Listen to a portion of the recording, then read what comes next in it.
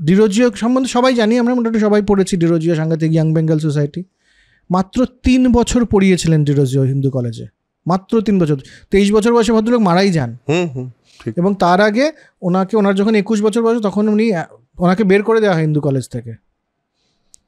তো একজন শিক্ষক কি করতে পারে এটা কিন্তু ভাবা দরকার। একজন শিক্ষক একটা কলেজের একজন লেকচারার, তার কিন্তু এতটা ক্ষমতা রয়েছে। কারণ ডিরোজিও যে শিক্ষাটা দিলেন হিন্দু কলেজের, তখন নতুন শিক্ষা পাচ্ছি, সারা পৃথিবীর জ্ঞান এসে পড়ছে, বাঙালি ছেলেরা মানে অধীর আগ্রহ সমস্ত পড়ে ফেলছে। ব্রিটেনের ছেলেপেলেরা যা পড়ছে এখানকার মানুষজন তাই পড়ছে, শুধু তাই না তার থেকে বেশি পড়ে ফেলছে, কারণ ক্যাচ আপ করতে হবে। স্বাধীন চিন্তা ভাবনা করার কথা বললেন, দেশকে ভালোবাসার কথা শেখালেন, বললেন যে দার্শনিক উন্নতি এবং স্বাধীন চিন্তা ভাবনার কিন্তু এটাও এক্সটেনশন যে দেশকে ভালোবাসতে হবে, নিজের জায়গাটাকে ভালোবাসতে হবে। র্যাশনাল থট অর্থাৎ যুক্তিবাদী শিক্ষা, যুক্তিবাদী চিন্তাধারা শেখালেন, সব কিছুকে প্রশ্ন করতে হবে।